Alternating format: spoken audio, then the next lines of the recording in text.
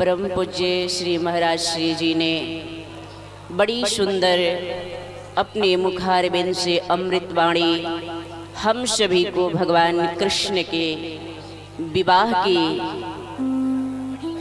कथा सुनाए। गदगद हम सभी हो गए। ऐसे श्रीमद् भागवत महापुराण हम आप सभी के बीच में व्यास पीठ पर विराजमान है। देखिए, श्रीमद् भागवत महापुराण भगवान कृष्ण की वांगमयी वाणी है। महाराज श्री ने अभी सुनाए कि आप मुझे रोज पाठ कीजिए, रोज पढ़िए। भागवत जी के एक श्लोक भगवान कृष्ण है और श्लोक का अर्थ जो है श्री राधा रानी है। ऐसे श्रीमद् भागवत महापुराण की कथा को सुनने के लिए स्वर्ग से देवता भी आते हैं। हम सब बड़े भागी हैं कि इस भारत भूमि में जन्म लिए हैं। इस भारत भूमि की धरा धरती पर भगवान आए हैं। इस भारत भूमि की वीर गाथा जो है स्वर्ग में देवता भी गाते हैं। गौतम जवालि वासुदेव बाल्मीकि कपिल कर्णाद से महान ब्रह्म ज्ञान थे।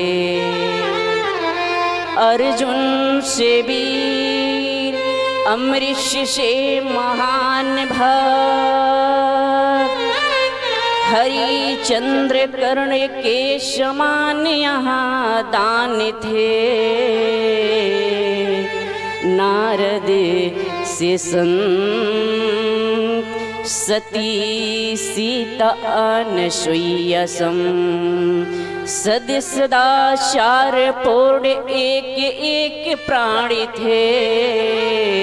ऐसा था हिंदुओं का भाग्य का अतीत काल। सुयस्य यहाँ की देवलोक के कहानी गाते थे। ऐसी है भारत भूमि की महिमा। गौतम जवाली, व्यासदेव, वाल्मीकि, ऐसे ऐसे महापुरुष यहाँ आए इस भारत भूमि की धरती पर। हम सब बड़े धन्य भागी हैं कि इन महापुरुषों को हम लोग का चरण का धूल मिल रहा है। तो कम से आप सभी सत्संग सुन रहे हैं तो अपने जीवन में उतारिए, उसे भूलिए मत। उसे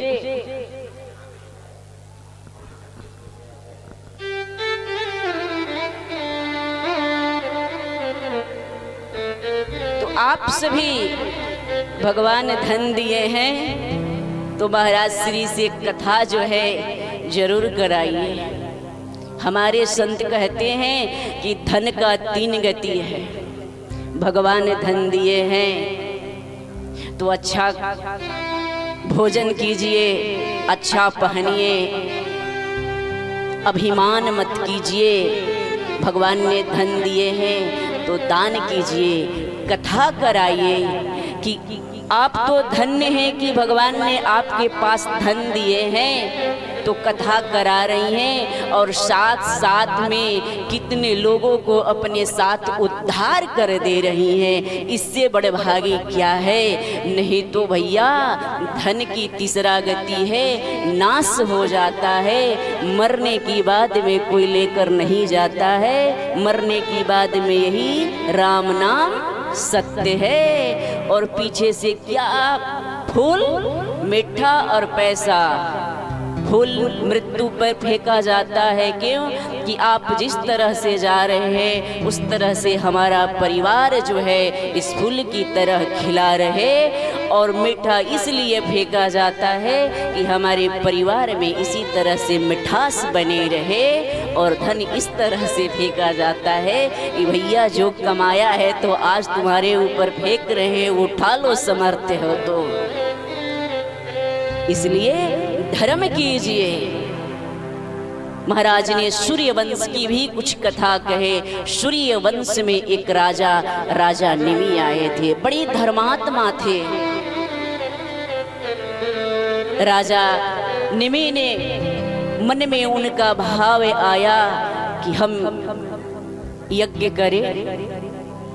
अपने गुरु वशिष्ठ जी को बुलाए। गुरु वशिष्ठ जी ने कहे कि हे राजन, अभी हमारे पास टाइम नहीं है, हम स्वर्ग में जा रहे हैं इंद्र के पास। गुरुदेव ने चले गए। राजा निमि सोचे कि अरे शुभ काम में देर किस बात की। राजा निमि ने दूसरे ब्राह्मणों को बुला करके संकल्प करके यज्ञ करवाए और तब तक से जो है गुरु वशिष्ठ जी स्वर्ग से आते हैं। राजन से देखे कि राजा तो यज्ञ करा दिया। गुरु वशिष्ठ जी बहुत क्रोधित हुए, गुस्सा हुआ। आप किसी को निमंत्रण देंगे, पहले दे दिए हैं। गुरुदेव ने कहे हैं कि आएंगे, आप प्रतीक्षा नहीं करेंगे और किसी दूसरे से आप करा देंगे तो बताइए, अपराध तो है ना, दुख तो होगा मन में। गुरुदेव आए, जब देखे कि राजा,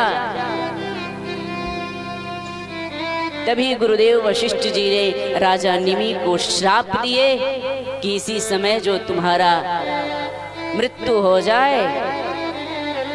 राजा निमि भी अपने गुरुदेव वशिष्ठ जी को श्राप दे दिए कि आपका भी मृत्यु, दोनों मर गए। गुरु वशिष्ठ जी ने दूसरे शरीर में जा करके अपने शरीर धारण किए और जिससे राज्य में राजा नहीं है उस राज्य में अपराध बढ़ जाता है। सभी संत ब्राह्मणों ने सोचे कि अब क्या किया जाए। तब राजा निमि के शरीर के मंथन किया गया। तब जब राजा निमि के शरीर का मंथन हुआ तो राजा जनक का जन्म हुआ और राजा जनक की पुत्री माता सीता का विवाह जो है भगवान श्री राम रघुनंदन सरकार से किया गया।